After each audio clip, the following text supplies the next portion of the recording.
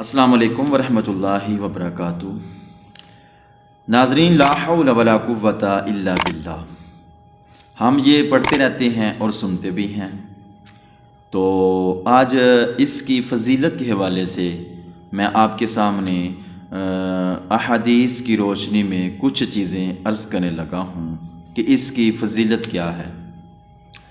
اس کے ترجمے کے حوالے سے میں بات نہیں کروں گا، بلکہ اس کی فضیلت کے حوالے سے میں بات کروں گا۔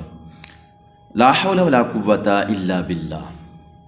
حضرت سیدنا معاذ بن جبل رضی اللہ تعالیٰ عنہ سے حدیث پاک مروی ہے، فرماتے ہیں کہ سرکار مدینہ علیہ الصلوۃ والسلام نے ارشاد فرمایا کہ میں تمہیں جنت کے دروازوں میں سے ایک دروازے کے بارے میں نہ بتاؤں؟ تو عرض کی گئی، یا رسول اللہ صلی اللہ علیہ وآلہ وسلم وہ کیا ہے؟ تو میرے نبی کریم علیہ الصلوۃ والسلام نے فرمایا کہ وہ لا حول ولا قوۃ الا باللہ۔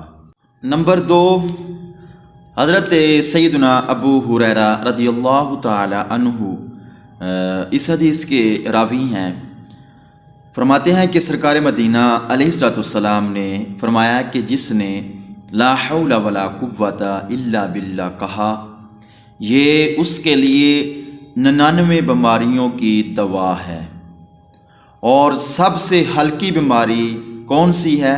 سب سے ہلکی بیماری رنج و عالم۔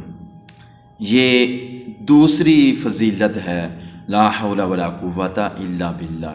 اور آگے نمبر 3، حضرت سیدنا عقبہ بن عامر رضی اللہ تعالیٰ عنہ سے یہ حدیث پاک مروی ہے، فرماتے ہیں کہ سرکار مدینہ علیہ الصلوۃ والسلام نے فرمایا کہ اللہ تعالیٰ نے جس بندے کو کوئی نعمت عطا فرمائی ہے، اللہ تعالیٰ نے جس بندے کو کوئی نعمت عطا کی ہے تو وہ بندہ اس نعمت کو باقی رکھنا چاہتا ہے، تو وہ لا حول ولا قوۃ الا باللہ کی کثرت کیا کرے۔